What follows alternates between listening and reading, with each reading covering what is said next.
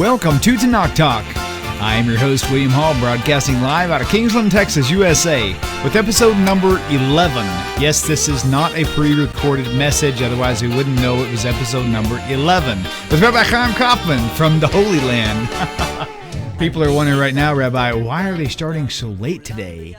And my answer to that is, I'm still looking over my shoulder, to watching my back on this one. Oh, man, it's good to have you. It's good to have all the viewers out there. Sorry for the delay. That's the benefit to all of you who are watching this whole thing live is it starts in real time, so it's not pre-recorded, so we can't start it like on the money. Sometimes we're lucky and we can. Nights like tonight, I was thinking about starting a couple days late for the topic Rabbi chose. But so just to clarify, I don't even know. I've been thinking all day, how am I going to like prep this video? Like, what's the first thing I could say to make sure nobody sends me hate mail, to make sure that, people don't say, William's and I'm thinking, and I jokingly said earlier, maybe I just won't show up for this event, but then it would just be you. So, and I can't leave you hanging, man. So, everybody be stuck with me. That wouldn't be good. That's for sure. Well, of course it would. Of course it would. So tonight's topic is not what I think. It's not what you think. It's what Orthodox Judaism teaches in the halakha for what is the role for the female in the servitude of Hashem, and that's what it's at. So, and again, when I request no hate mail, I really do mean that sincerely, because this is something I'm learning from. Rabbi's teaching all of us. We all learn from each other, and I do want to know what. Personally, I do want to know it all, what the halakha is. People ask me all the time, and I will tell you up front, and I've said it on dozens and dozens of other videos. We've got probably over 150 to 200 videos now, and more than dozens of them I've clarified my stance, and my stance is that I stand with Orthodox Judaism regardless of what they teach. And so if they say, William, you can no longer like the color black, I'll be like, oh, really? Okay, whatever, and I'll go get a blue shirt. So, but I'm okay with that. I don't mind. So, and I do stand with Orthodox Judaism, and I always will. So, if you're conservative in your mindset, if you're a B'nai Noach in your mindset, well, actually, if you've considered yourself a B'nai Noach, then you pretty much are considering Orthodoxy, because they rely on the oral law, and that's where this whole B'nai Noach thing really is picked up from anyway. So, my point being that. I love you guys. I love all the viewers. I love Rabbi Chaim Coffman for taking on this task.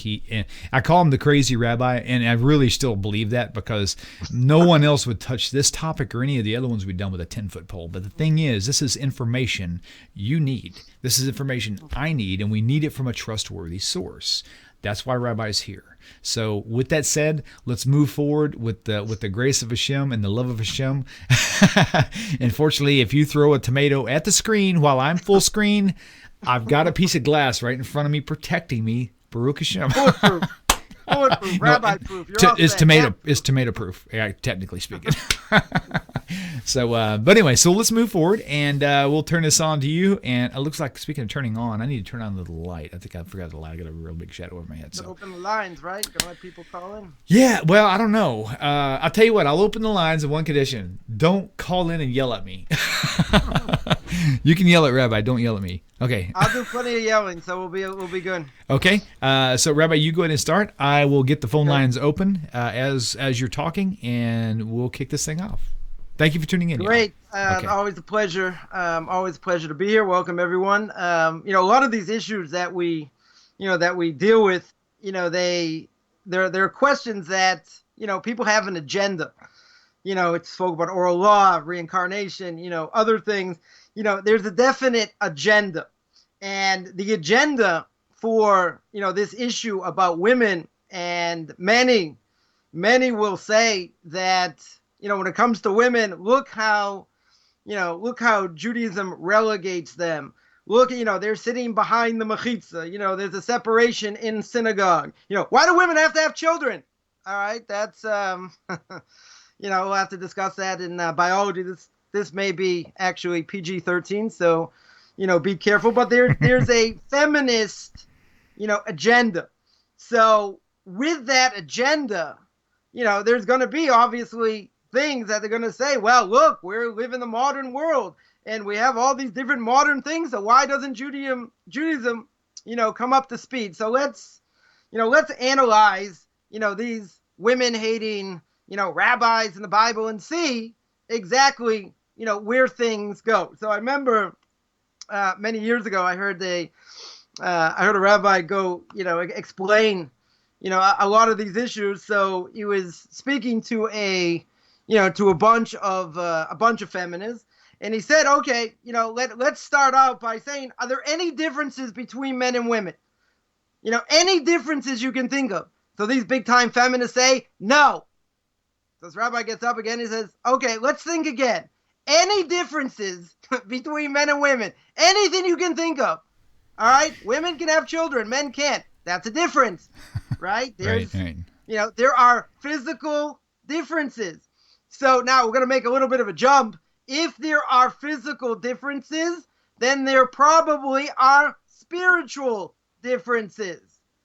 Right? That's not a leap of faith. That is, right. If they're going to be physical differences, there are probably other differences as well. So let's go to the beginning of the book of Genesis, right? We'll see how sexist, the Torah is. Genesis chapter 21, verses 11 to 12, with the story with Abraham and Hagar, when Abraham sends out Hagar and Ishmael, and he was very upset.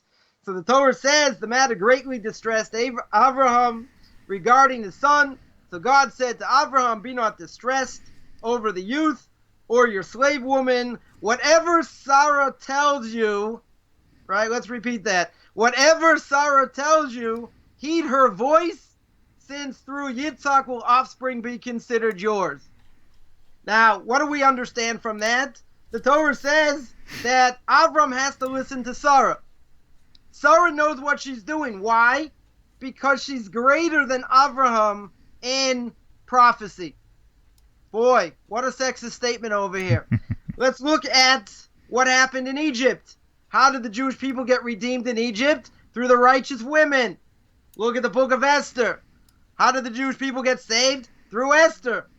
Right? Where do we learn prayer from? A woman.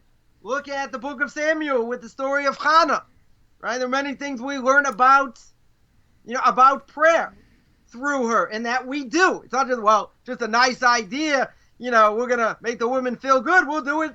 We'll learn a lot of things out of prayer from Hannah. Do me a favor. What do we need it for? Because obviously, we keep it, we hold by it, and we learn it out from a woman. To top it all off, the first document ever recorded in history that protects the rights of women is a ketubah, a marriage document, right? Where a husband's obligated, all you husbands out there, you'll see on the dotted line, on in a Jewish marriage document, there's an obligation to support his wife, to give her clothing, give her food, and he's got an obligation in conjugal rights as well. So these are a number of examples. And again, we're going to go into detail, about other things as well and how all this fits in.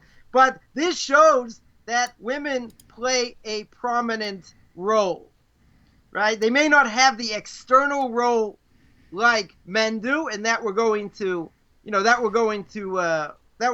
see. So, we cannot put our own agenda, our own modern agenda on this and say, well, women can do this and women can do that and women are, just as intelligent, etc. Well, that may all be true, right? But the question is, okay, now, we're going to see, how the Torah looks at it. So we'll look at it in a few different ways. One is that when you see the role of men and women, we see that when it comes to the tribe, for instance, who do we go after the tribe? Right? In other words, if we want to know which tribe we're from, it goes after men.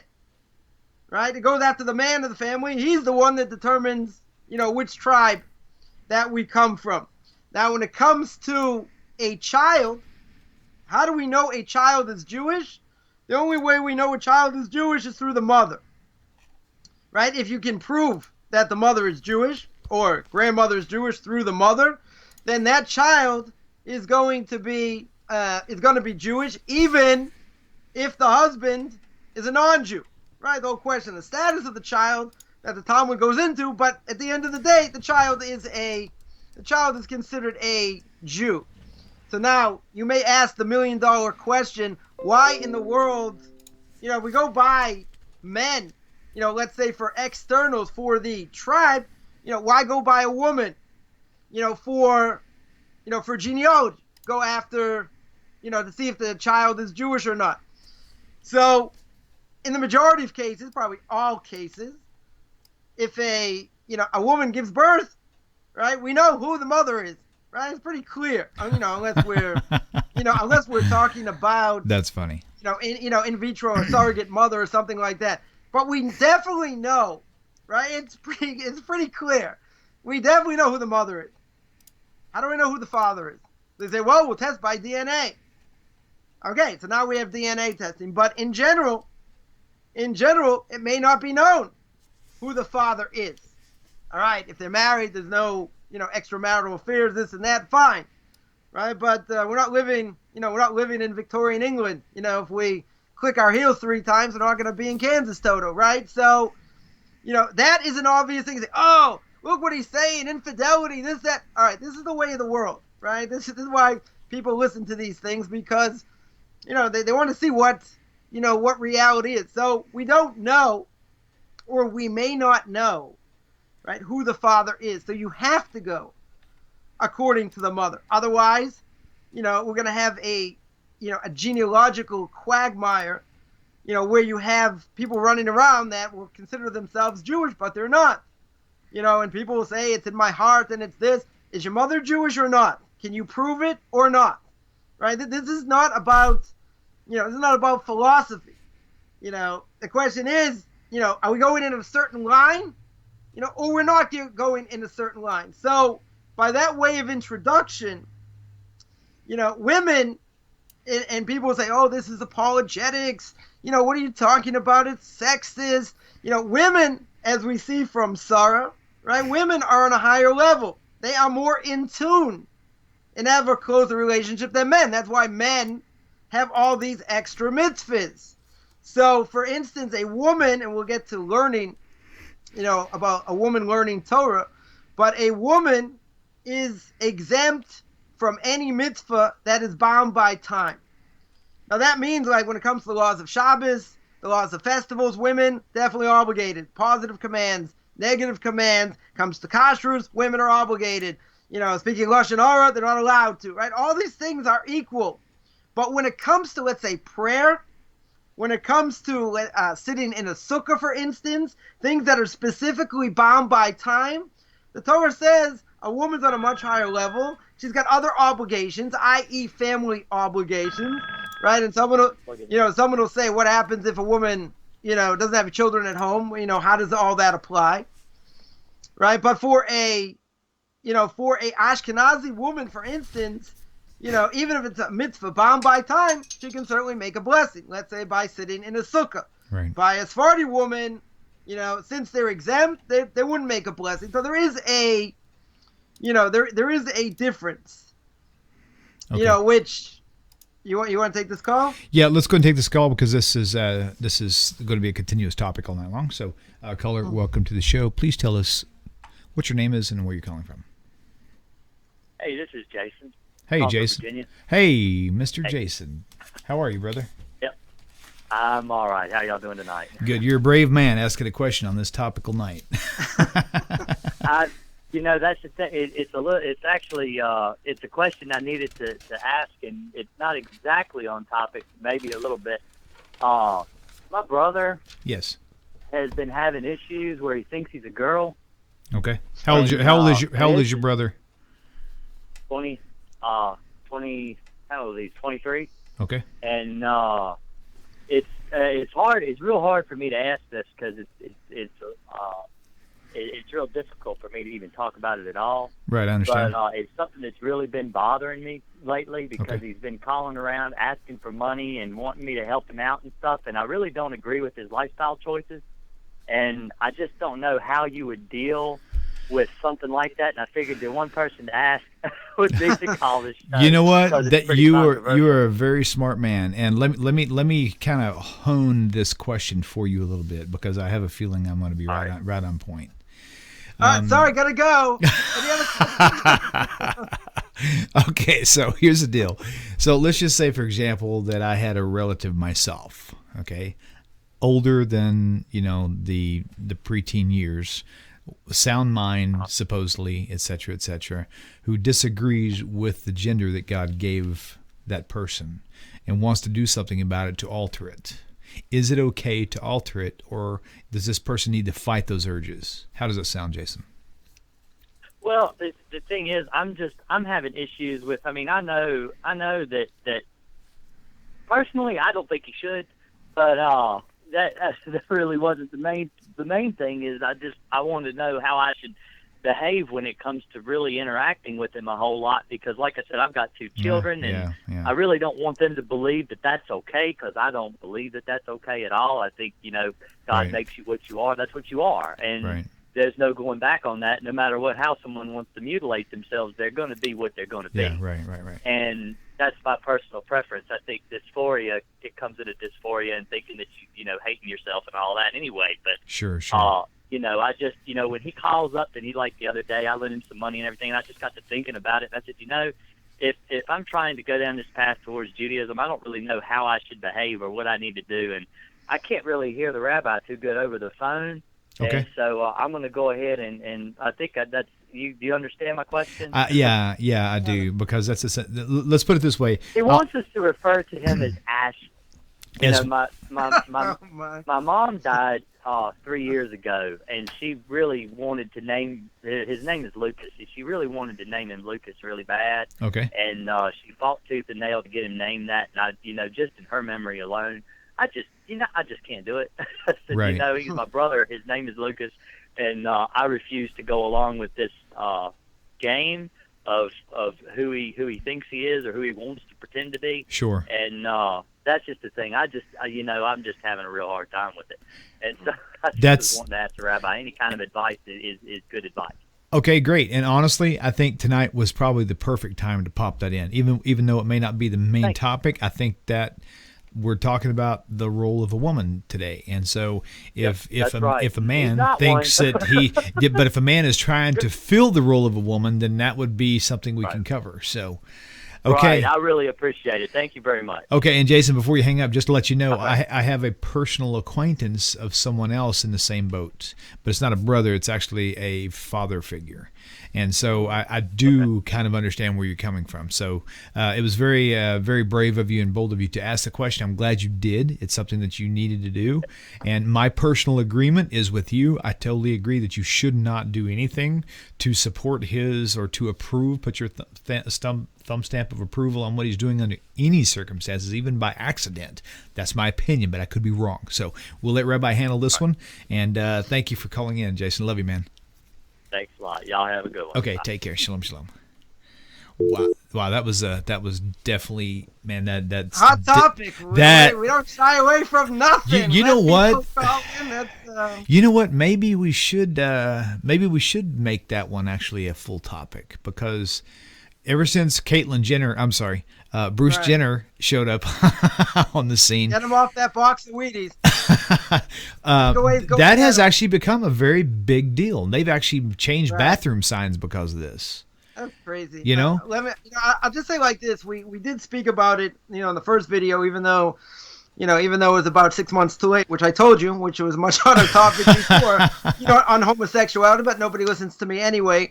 I'll say like this, that, when it comes to gender issues, in general, over the last, 20 years, things have gone absolutely haywire. Even in public school with young kids, they throw out this idea, how do you know which way you want to go? They like everything is so wide open. I mean, like your brain is so wide open till it, falls on the floor, right? You're so open-minded till your brains fall on the floor, but they open things up so much where they say, really? maybe I'm not really a man. Right. Maybe, maybe I can be cultured, right? Maybe I can be nurtured. We're gonna get into that, a little bit. But the Torah says clear that a man cannot wear a woman's garment. Right. Very true. Yeah. A woman cannot wear a man's garment. We're going to see about tefillin, right? It's considered or phylacteries. I'm not exactly sure what phylacteries are, but that's considered a male garment today for a woman, for a woman to wear. Okay, to clarify, the New Testament, when it mentions phylacteries, and you look it up, it does cross-reference to tefillin. So that's like the Greek reference to the Hebrew word tefillin. It's a good thing they don't rely, on oral tradition, right? Anyway, sorry, all you Christians out there. But, when it comes to, gender issues, in general, the general public in the world at large is totally messed up and played with people's minds. To think that they are something that they're not. So now you take something like this and say, well, I feel closer to that. I feel like, I have more of a connection, to the other side.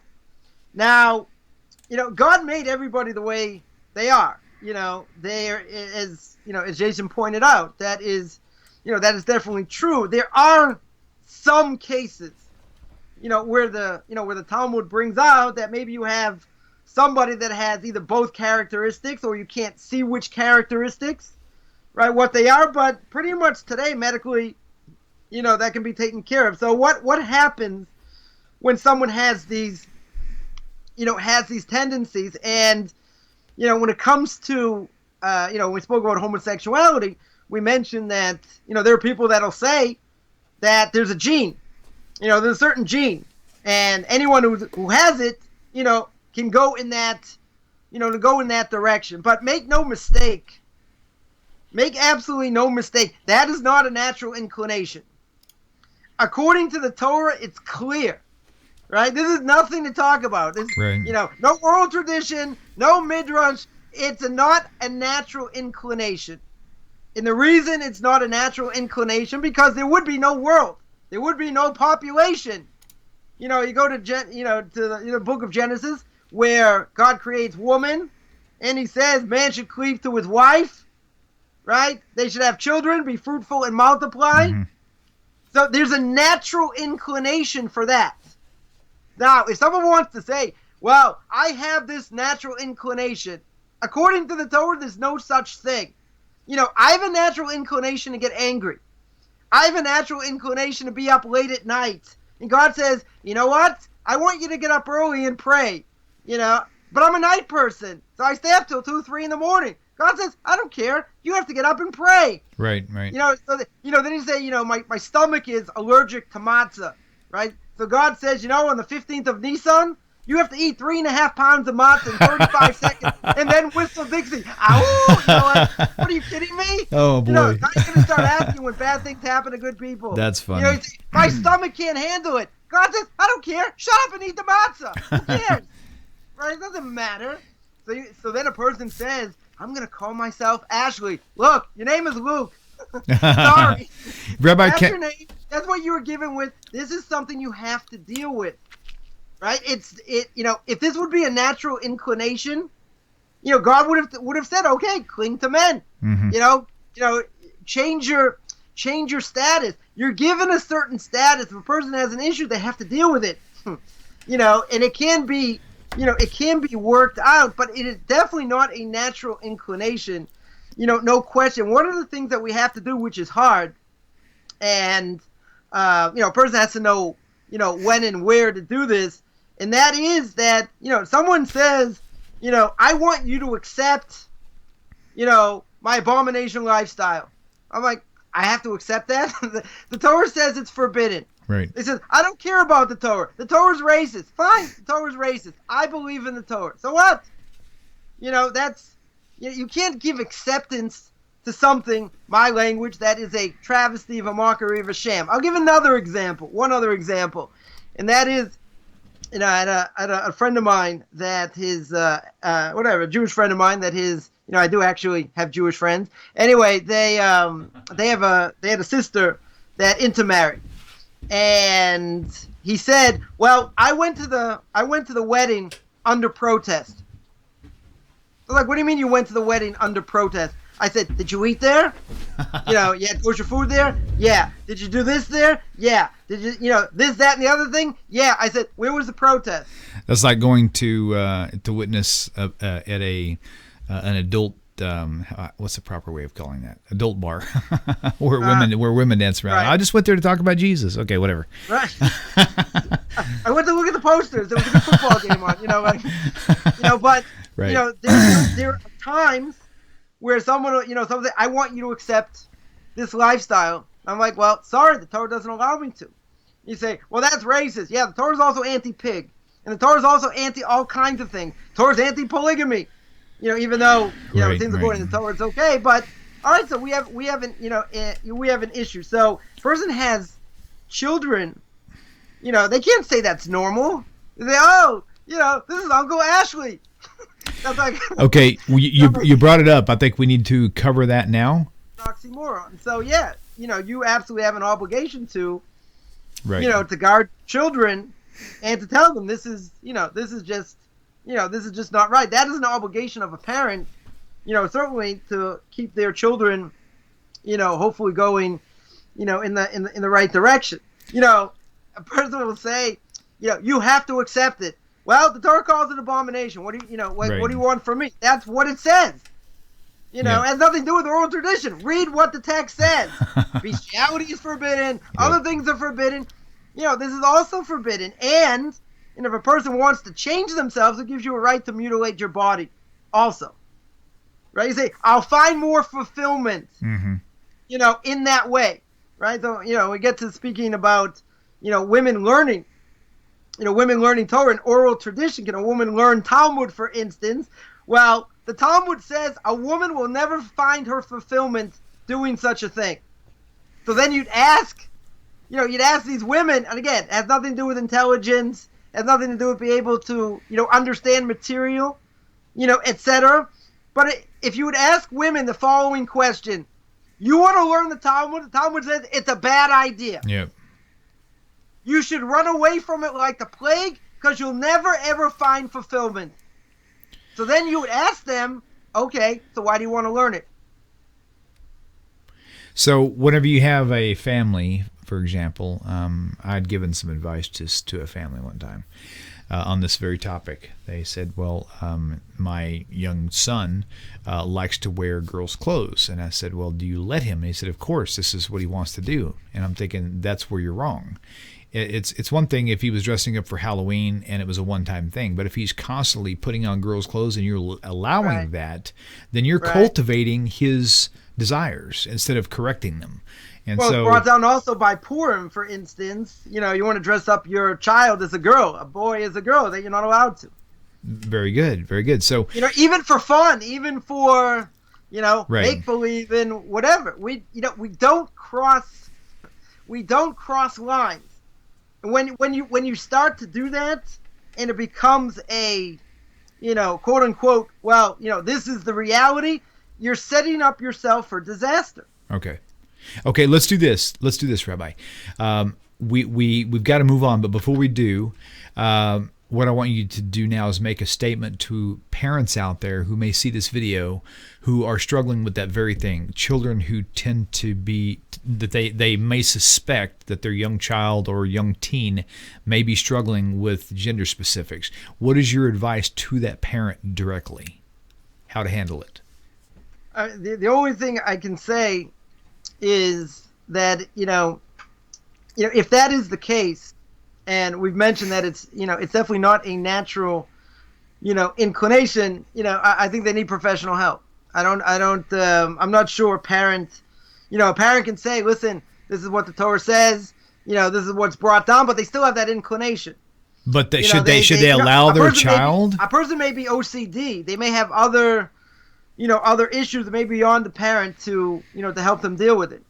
But what should the parent do in the sense of the kid says, "Well, I want to wear makeup"? Should the boy? So should the parent say, "Well, the parent should discourage it. 100% should discourage it. Discourage it or not allow it, period? Both. Thank you.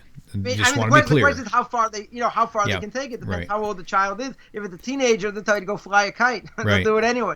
They're definitely a creation in and of themselves, and I have like 4 of them in my house right now. So, and one was a teenager at the age of 6. So if they're young enough, certainly that you have to nip in the bud. And like any other bad character trait, you have to educate them properly in what is right and what is wrong. So certainly, if they want to do that and they're certainly young enough, you definitely tell them no. This is not what's done. If it persists and it's more this is the direction that they're going, then if they're not going to listen, then there might be intervention for professional help. Very good, very good. Okay, well, let's move on. We have yet to. By the way, I wasn't swatting in a net that time. I was clapping. We have yet to really get in to our discussion for tonight, and so the first thing I want to discuss is the first thing that was brought to me. Not that it's more important or less important than the second one I want to cover for sure tonight. We may not even be able to get into the second one depending on how long it takes. But the first one is to me is probably more controversial because I'm not sure I fully understand it, and that is women at the kotel dancing around with a Torah scroll. I don't fully understand why that's an issue. Not that I'm opposed to it being an issue, but I just don't know the topic well enough to understand it. Secondly, I want to get into the tefillin part, and for those of you who don't know what tefillin is, it's the little black leather strap that you see the Jewish guys wearing around their. It's got a box on it, and then they've got the one on their forehead, the little black box. It's comes from Deuteronomy 6. So that's tefillin or phylacteries, as the New Testament would say. But traditionally speaking, it's only been the men who's wearing it, but the women are wearing them now or fighting to wear them. And so the discussion is going to be. Where in the Torah does it say that it's only the men are supposed to do that? What's the whole point of the time-sensitive commandments? How do we know that from Torah, or do we have to trust the oral writings on this? So there's a lot to go into, so I really doubt we're going to be able to close this. This is going to have a part 2 on this series, I'm pretty sure. So, but for now, Rabbi, let's go ahead and go into that one. The picture I posted on the ad showed the women at the kotel. This particular woman happened to be wearing the tefillin also, but let's discuss the women with Torah scrolls. I'll further the point. One more point. I actually own a Torah scroll. It's not kosher in the sense that it has some repaired areas in it. But I took a picture one time. I bought it whenever I hadn't quite come out of the New Testament movement yet. But anyway, at the time, we had a family come over, and a woman that was attending wanted to read from it. So I was like, sure. So she put her, head covering on, and I gave her the yad and told her not to touch it, whatever. And I got a lot of flack from that, and I didn't understand it. I'm understanding it a little bit more now, but I still don't fully get it. I would love to have you explain that to me and everybody else tonight. Okay. Pretty loaded topic there. We'll start again what I was sort of in the middle of about explaining why women are exempt, from certain mitzvahs. Men make a blessing every day. Thank God I'm not a slave. Thank God I'm not a woman. The women will say, look, this is sexist. But if you look in the context, why are we saying we're not a slave? And a woman also says, they're not a slave. Why? Because, men definitely say it because we have more obligations. We have more mitzvahs. A slave has less mitzvahs. A woman has less mitzvahs. So what does a woman say? She doesn't say, thank God I'm not a man. Maybe she probably thinks that. But, she'll say, thank God you created me in your image. Right. So women, are exempt, from a lot of these mitzvahs because they have a different role. They have a totally different function. They're more nurturing than men. It doesn't mean men cannot be trained, but when it comes to, the household in general, women are definitely much more nurturing, even though women have definitely taken prominent roles, in business and working outside the house and allowing their husbands beginning a marriage or for however long, to be able to sit and learn, for instance. But, there's an inherent DNA that's made up, that women have that men don't have. Now, this has absolutely nothing to do, was saying, oh, you're sexist. Again, let's make clear. Women are more feminine than men. They are. Can a man be more nurturing? Yes, but you have to train him. Right. A woman has a natural instinct. You put a woman, as a CEO of a company, and she's out in the workforce, it takes away from her femininity. Now, at the same time, she may have to work anyway, in order to, bring money in. It's very, not so many people that can, support on one salary. So, once we understand there's a difference, so now let's get into, this whole question about the women at the wall. Now, the women at the wall, you have to understand, who are they being supported by, right? We'll get to a little bit of the background, and then we'll get into the meat and potatoes, so to speak. Women at the wall are being supported by the Reform movement. Reform movement has a tremendous amount of money, and their whole goal, beyond the shadow of a doubt, and that's how they started, in the late 1800s, their goal is 100% to uproot Torah. So if you were to tell me, all things being equal, these women are on a high spiritual level, they're keeping kashrus, they're keeping Shabbos, they're keeping marital purity laws, which also be part of this topic. If they're doing all that, and they say, listen, I want more, I want to have a connection to God, a much bigger connection, we can have a discussion, right? Potentially we can have a discussion. What they're doing is they're saying, I have a right to be in the holiest place of the world. We want to have mixed gender services. Now, most Jews here in the land of Israel, even if they're secular, right, they'll tell you, the synagogue I don't pray in is Orthodox. Right.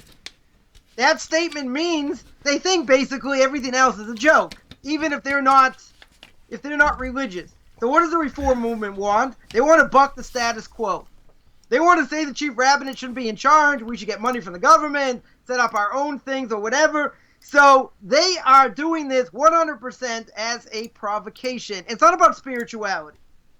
They're not interested in spirituality. It's about whether we are equal. Men can wear tefillin, I can wear tefillin. We can have mixed services, I can do all these different things in order to show I'm just as spiritual as a man. Right. But a woman doesn't say the blessing, thank God I'm not a man. Right? It's not a misogynist type of thing. She's created in God's image. She has a separate role. So imagine she says, God, I'm not happy with the role you gave me because of what society says. I want to be like a man. God says, what are you, crazy? 614th commandment, don't be an idiot.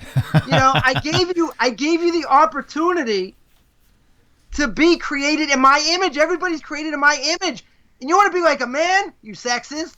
Like, what are you kidding me? Right, That's crazy. So they have an agenda. Their agenda, again, you can take what I say with a grain of salt. The agenda is based on the fact that they want to show I'm just as equal as a man. And they want to do it in the holiest place in the world, which if you go back in history, right? Let's go back in time 2,500 years ago, right? Or 1,500 years ago, 2,000 years ago, when there was a temple standing in Jerusalem. So the Talmud tractate Sukkah tells us that when they made a Simchas Beis Shoeva, these are these parties that we make in people's houses or in synagogues, and you dance, and all kinds of things go on. It's commemoration of this water libation ceremony that went on in the temple. In the temple with God's presence there. Where were the men and the women at this time? The men were in the bottom, the women were on top. We learned out separation of men and women in prayer. Again, I haven't got the tefillin yet, we'll get there. There's a separation between men and women based on what went on in the temple. You want to tell me the temple was sexist? Rabbis were sexist? Could be. Right. But they understood a fundamental principle. Men and women that pray together is going to be a disaster. If you look at public school in general, there are boys and girls together, it's been proven statistically that if you would take boys out and the boys and the girls are separate, the learning's on a different level. Right. I completely agree. Right. Why is that? It's sexist, not sexist. You got hormones running around. What do you think is going to happen? People are going to get distracted. Now, I want you to clarify something this is for those haters out there who's going to take one clip of what you said and pervert the whole context of it and says when men and women pray together, it's a disaster. Now, you're going to have to clarify that just so that somebody says, this rabbi says a woman and her husband cannot pray together in their own personal home. They cannot spend time in prayer, praying to Hashem together as a married couple. What do you say to that? The answer is, who are you praying to? You're praying to your wife, praying to your kids, or you're praying to God himself? Okay. You want to have a direct connection. Why in the world are you going to put a stumbling block, in front of you? Well, why should my wife be a stumbling block? May not be your wife, maybe somebody else. It's, someone wears a low cut dress or whatever, and you're trying to sit there and pray. Can you get distracted? Of course you can get distracted. You just say, well, you should be on a higher level. So someone once told me, again, this has to be PG-13, right? Someone once told me that, he said, if you walk on a beach and you walk down the street on the beach and, you get excited, there's something wrong with you. I'm like, if you don't, there's something wrong with you. Right? Any psychologist will say, what are you, That's not real? funny. That's funny. You say, you have to suppress that urge. That's the greatest urge that God gave to man. Yeah, man. Right? And you say, I have to suppress it and I should live in Victorian England. What are you, a wacko? Like that's insane. That doesn't make any sense. So I need to further my question. If it's a natural urge and you're trying to draw yourself close to God, why in the world would you put a stumbling block in front of you? So let me ask you this question. This is for me. So in every Jewish home, or in any Jewish home, do the husbands and wives pray together, like for intimate needs, like for personal needs to Hashem? What's the general role? What's the halakha teaching on how a woman and husband should pray in their own home? In their own home. In a synagogue doesn't mean he can't.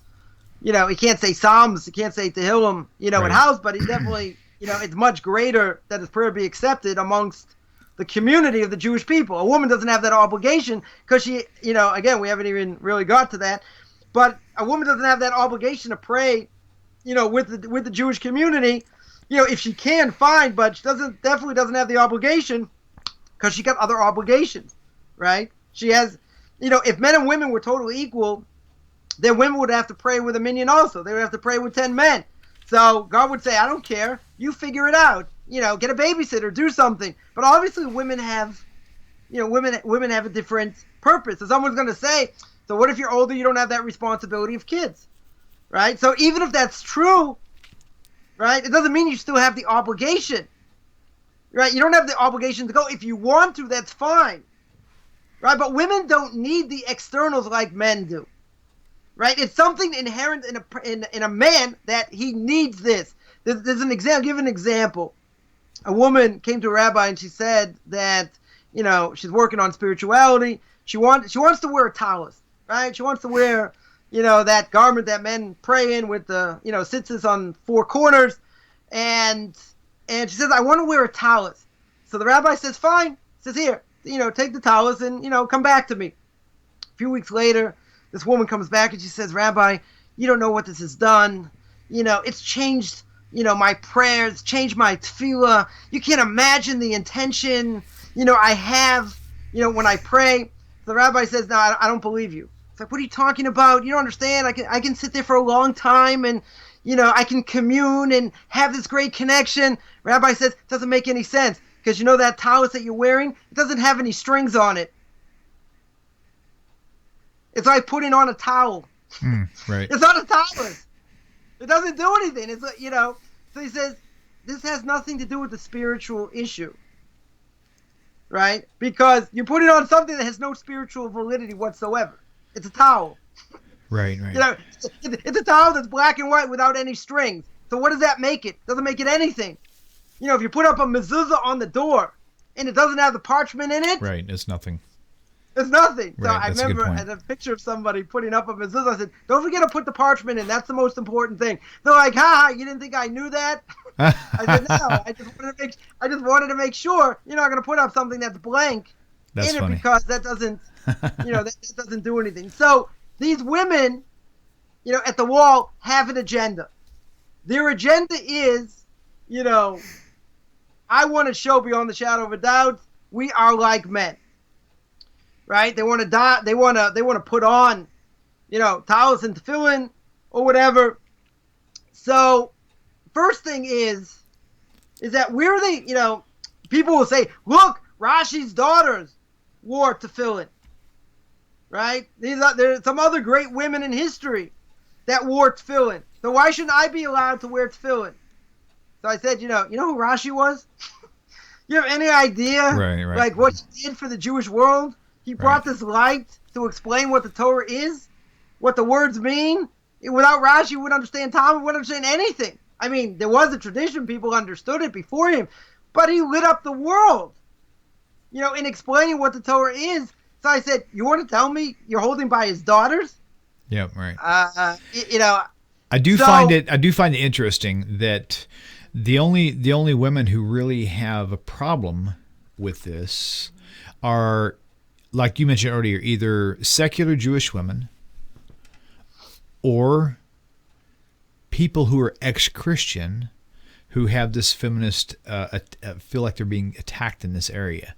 And so, in generally speaking, I don't think I've ever heard one single Orthodox Jewish woman ever have a problem with this because they understand it, they get it. Well, there is a group out there, very left-wing Orthodox that, not necessarily with talis and tefillin, but actually making women, they don't call them rabbis per se, they call them like marat.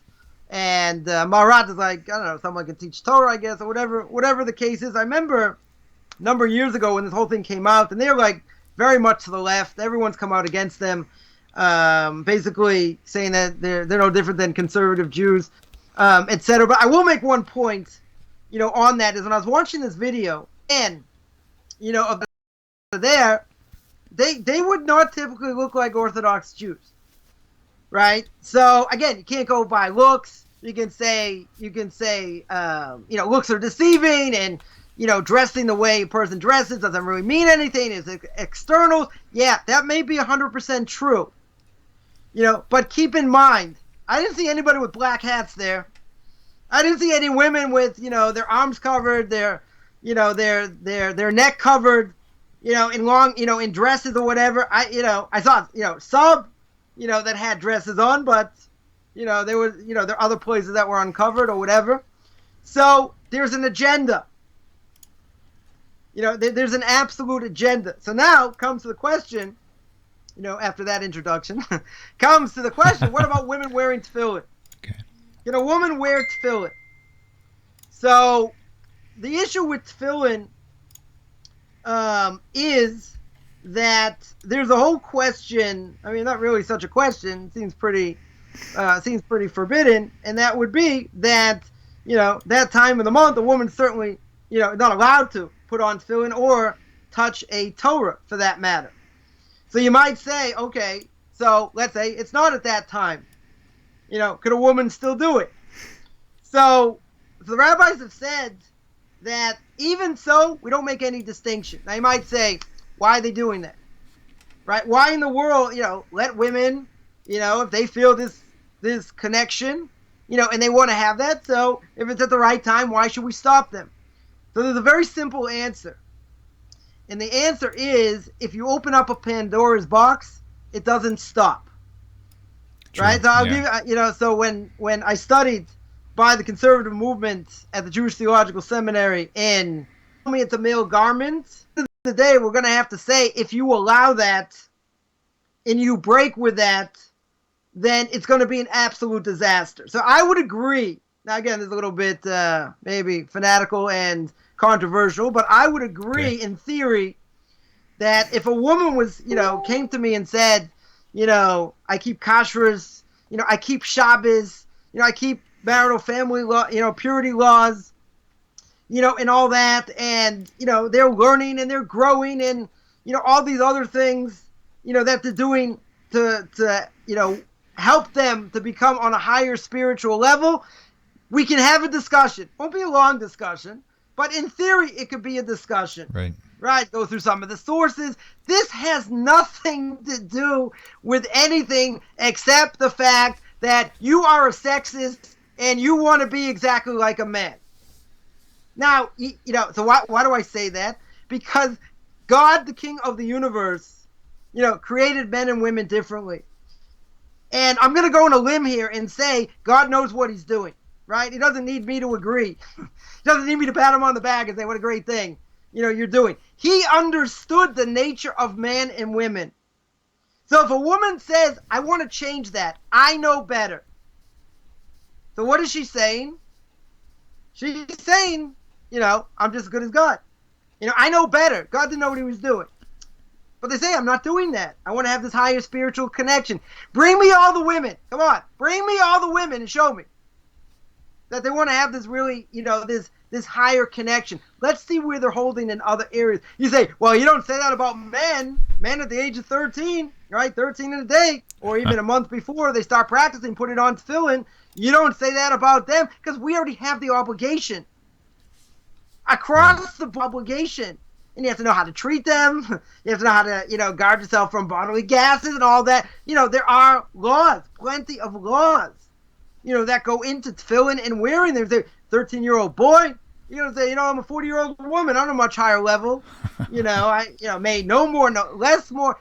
It has nothing to do with Jewish law. It has nothing to do with halach. It's about I want to be like a man. The God King of the universe, who created man, who gave the Jewish people the Torah, on Mount Sinai says, I beg to differ. I created women with a specific purpose. It doesn't mean they can't draw themselves closer in other ways, but why specifically this? Right. Why specifically with the talis and tefillin? They say, it's going to make me more spiritual. But let's dig deeper. Why? Why specifically that? Take on all kinds of other things. Why that? Because they want to show they're no different than men. And once they want to show they're no different than men, this absolutely has nothing to do with Torah. Right? Because you get these ultra-feminists who say, there's no difference between men and women. Really? Let's go back to biology. That's not true. So if there are differences, how can you say, and it's an absolute chutzpah to say, how can you say, I know better than God? Really? You know better than God. You were there when God created the world. You were there when he gave us the Torah. You were there when we have all these laws. Do me a favor. You're saying, I want to be like a man. That is not what the purpose of a woman is. It is totally not the purpose. Even if she doesn't have kids. Even if, there's no one to deal with at home. Can she come to synagogue and pray with the minyan? Yes. Is it a good thing to do? She can do it. Right? Every afternoon I pray the afternoon service. There are women that come. There are a number of women that come consistently. I'm not going to say it's a terrible thing. They want to come and they want to pray. They have the time. They can do it. That's fine. Obligation? Of course they don't have an obligation. Even if they're older, it doesn't matter. Right. If they want to have that closer connection, that's not a problem. But, there has to be a line that's drawn where we say that, this is the men's department, this is women's department. It has nothing to do with us being better. Trust me. I get up early doing all these videos and classes, 3 times a week. Someone wants to take my hours, and, any woman wants to take my hours, go to synagogue and pray, let them do it. They can definitely do it for me, no problem. God says, I don't care if you get 2 hours of sleep, 3 hours of sleep. You have that obligation because that's what I created you for to do. When women say, or, as Jason pointed out before, I have this inclination. Yeah, okay, it's an inclination. Who do you think put that DNA in your body? Right, I just spoke about this the other day, that, when it comes to spiritual forces, that evil inclination comes in and it's in the body. So we have all kinds of inclinations. God says, I don't want you to act on it, but he put it out there. And if we would have acted on it on a regular basis, everybody would do it. We'd have no world population today. They say, you're a sexist and you're a fanatic. Men and men cannot have children. Right? Regardless of that Arnold Schwarzenegger movie. Sexist or not. They cannot have children. That's funny. If that would be the case, if that would be the case, we'd have no population. It's like, okay, so not everyone will do it. But why does the Torah come out against it? Yeah. Because it's unnatural. It's totally unnatural. We have bad character traits. Everybody does. It's part of their DNA. Sometimes it's how they grew up, what happened to them, other things. But everybody inside them has issues that they have to work on. So, if a person says, well, I'm a night person. I don't want, why should I have to get up and pray? God says, I don't care. I created you in a certain role. You have to work it out. Yeah, sure. And if people have issues, with their role, that's because this world is messed up. Can they think differently because how they're nurtured? People, imagine the most open society in the world, right? Till their brains fall on the floor, in university. Someone says, I sent my kid to university, came out like, head shaved and, on drugs and other things and whatever. They said, I don't understand how that can happen. I'm like, you don't understand how that can happen? Like, what are you joking? You sent them into a world, yep.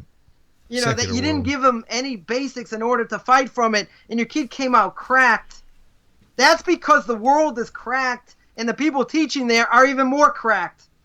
Because they'll teach you beyond the shadow of a doubt, everything's permissible, there are no problems, you can have different genders, this is the norm, right? So what's the answer to that? Not my book. That's not the norm. Right, got it. We're created differently. If we're created differently, there has to be other differences. If God wanted everyone to be the same, right, we would have been as God created them in the beginning, right, that men and women were back to back, and then God separated, the woman.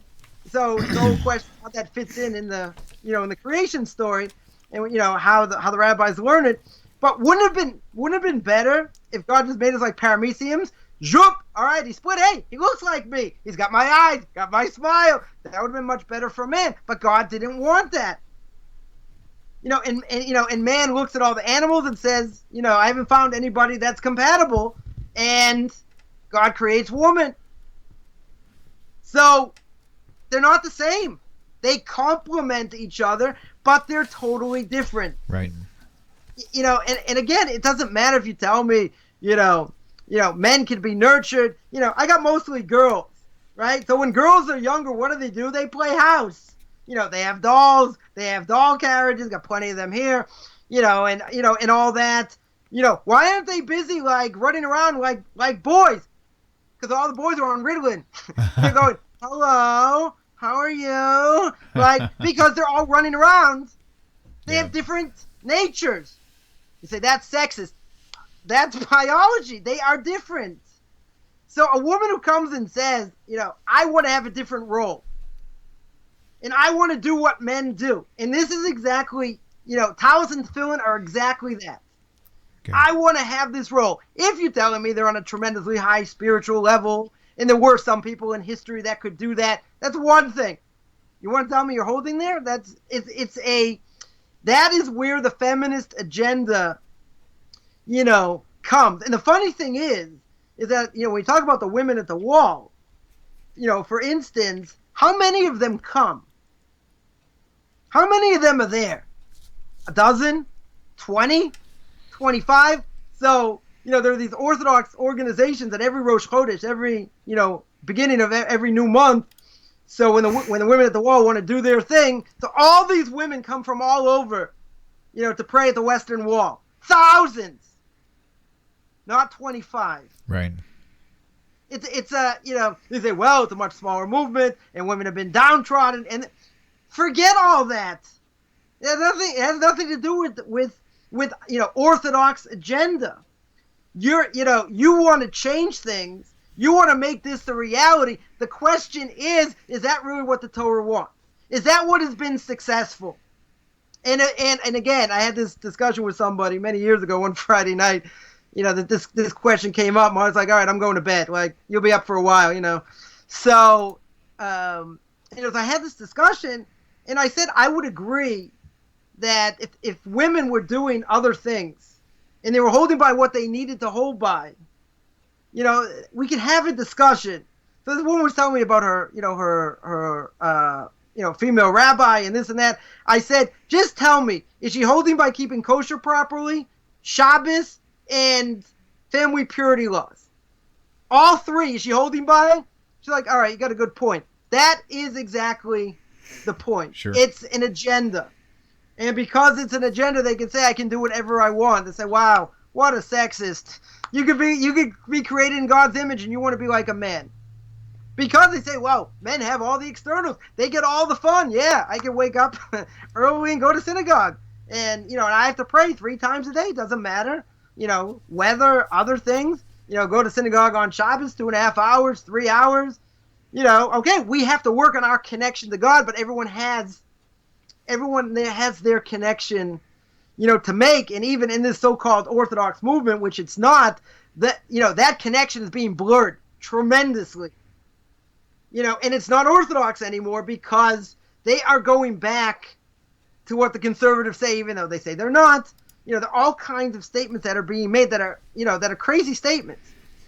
Crazy statements against Torah and against great leaders, and and they are, getting positions in Orthodox, synagogues, and I mean, tremendous things that they say are totally heretical against Torah. Like how can someone say Abraham made a mistake, in the Akedah? He failed the binding of Isaac. I don't know, not according to what the commentators say. Moshe Rabbeinu wasn't a good leader. We get off saying that. Mm-hmm. Not based on our sources, right? So you want to make it more, somewhat politically correct, and in this and that.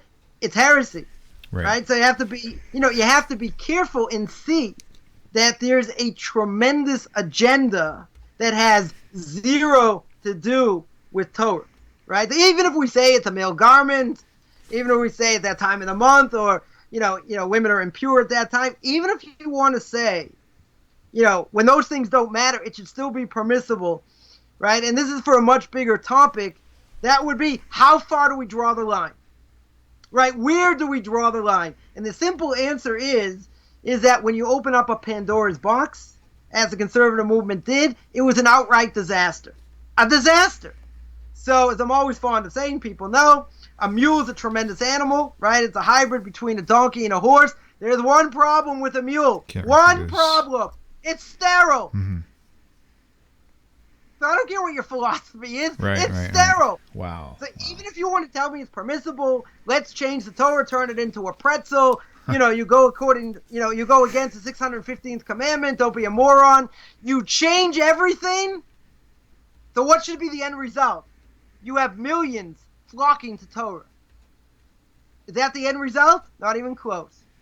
These places of worship, so to speak, they're all disappearing. Intermarriage, 70-80%, they're finished.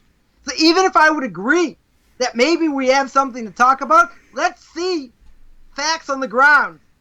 Is it going to bring people closer to Judaism or not? I'm not saying you can change the Torah to do that. I'm just saying, does it work or not? If it doesn't work, go back to the Freemasons. You don't exist. It's finished. It's game over. Right? So you have to have a certain balance, which I agree, but it's very hard to go against 3,000 years of quote-unquote, anti-women history.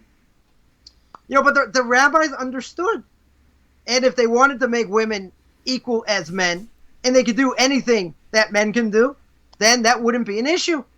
But obviously there has been a strong issue for hundreds and thousands of years, that women have a definite different obligation. So once you blur those lines, it's, I don't find anywhere that it's going to make a, such a significant difference. It's only going to hurt the person, in the end. Interesting. Okay. Well, I think we probably, even if we ran late tonight, we're not going to be able to catch everything. There's more topics that are going to be coming up. Pardon me. We discussed a lot already. There's other questions that have been coming in through the week, like discussions on makeup and wigs and hair exposure. Women rabbis wearing nida, long nails. Nida is very, very true. It's like you never. I just thought it was kind of interesting. You don't really see I've never seen any men, except for confused ones maybe, who are arguing that they can't partake in some of the laws regarding women. So I know that may sound funny to some of you, but I mean, really, there's a healthy balance. And I've been watching a few of the comments on YouTube, and a lot of good points made. I mean, God created all. They did create all. God did create us all differently. There's laws for the priests in there that don't apply to the non-priests. There's laws for the Levite, laws for the for the Ger, for the Jew, for all these things. So you speak about about neither in separate, that men and women separate. So we'll call that spiritual cooties, right? That's but there is a tremendous benefit, certainly for the woman. Guy will complain, but it does make a whole lot of sense. Again, it's the issue about, it's about how I understand it, or as we'll say, it's, turned into a pretzel and misinterpreted, in many different ways. And it's looked at, in that sense as, as a terrible thing, but they'll say it's a natural thing. You're right. It is natural. But the question is, should a husband be with his wife at all times? Mm-hmm. Right? That's, you also have to be able to speak to each other. You also have to have a relationship. Right. And if you don't have a relationship, the thing's going to fall apart. Right? So, how many, this could be another topic about, how many surgeries can a person have? Plastic surgery. So we'll look younger. We can rebuild him. Go back to the bionic man. We will rebuild him. Make him stronger, make him faster. Anyway, so again, I'm digressing, but that's funny. We could, if that would be the case, that would be a disaster for, marriage. And I think a lot of marriages break down 100%. Sure. Because women are objectified, and men want what they want, and they don't want to have necessarily that that connection where they have to speak and they have to interact, right? And that is and that's exactly what a woman needs and what a woman wants. And if you don't give that, the other thing's not going to happen either, and it's just a recipe for disaster. I think I find that the more that I personally have studied out some of the halakha for women like nida and things like that, it's not a shame against women. It's more like God's mercy towards them to give them a chance to take a break, and and just so I mean, if they really look at it from the positive side of things, not the why do I have to sit down, or why do I have to go over here, or whatever the case may be. If you look at it from the other side as the why and the benefits that you have from it, you'll find out that the benefits far outweigh any kind of negatives you could possibly get from it. That's true, but the benefits say, but why me? So why me? It's not fair. I have to suffer for 2 weeks, 3 weeks, and this and that, and but it is also, definitely to your benefit. It's going to enhance, the marriage. I mean, how much plastic surgery can you do? Like, that's, women will try and look younger and younger because, men are going to throw them out because they're not attractive anymore. And, that obviously not a Torah concept, but sure. that is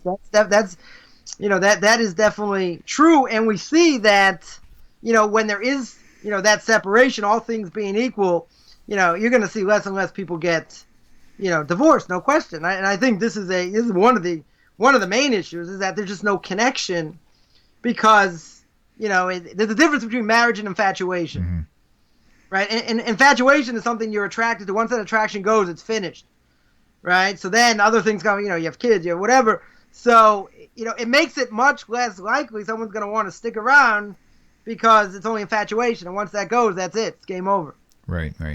I think I was thinking too, a lot of this aggravation may possibly stem from unhappy marriages where the wives are feeling shunned by their husbands because maybe the husband's not dealing Torah with them properly, and it's making them feel like they're being trampled on.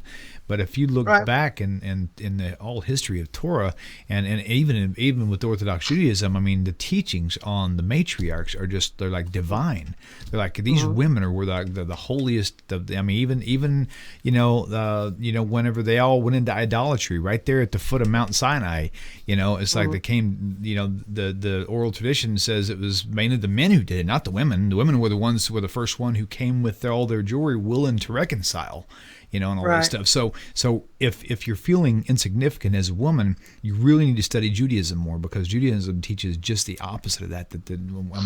You could almost get the impression that men are like, man, you dumb ox, listen to your wife. You're right. You know what I'm saying? So you go out and pray. You go out and learn. So the women are amazing, man. I don't have to do that, but that's sure.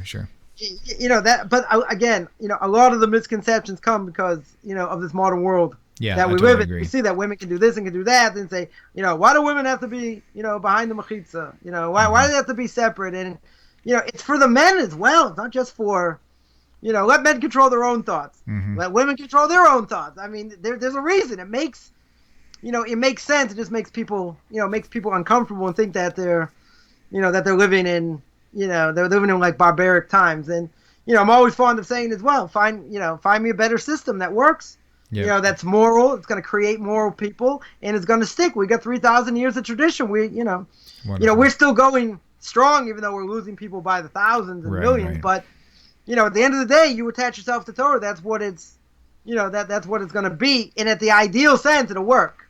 It'll definitely work. I've seen it work in, at a tremendous level, and I've seen it fail, tremendously, because people are not in tune. And when you're not in tune and you have a different agenda, this is what happens. This is exactly what happens. And people are unhappy with their roles, even though God said, I'm the one who gave it to you. Yeah, right. And if I'm the one that gave it to you and I know better, then no, you don't know better. I know better. I'm a woman. I have extra intelligence. Mm-hmm. I have the sixth sense. God said, who do you think gave it to you? Exactly. Who created you with it, you dummy? Like, this is what, this is exactly the problem. Because they're saying, well, this has been done for so many thousand years, I know better. But, okay, so you're God then. Then you know better. Yeah, and my final word of advice is, husbands, if you'll treat your wife like she's the queen, she won't want to be the king. That's the bottom line. So, Rabbi, It's been a great episode. Thank you so much. Next week, same topic, but more topics to be added to it. So the main, we're going to go with this for part 2. If we need to follow up with the 3, we will. If not, we'll move on. Outside of that, take care, everybody. Take care, everybody. I love you. Thank you all for tuning in, and we'll look forward to seeing you same time, same place next week. Shalom, everyone. Take care. Shalom, everyone.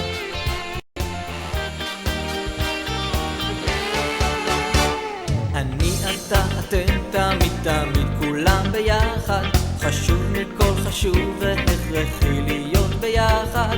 איפוק זו העוצמה, ויתור זו הגדולה, השאיפה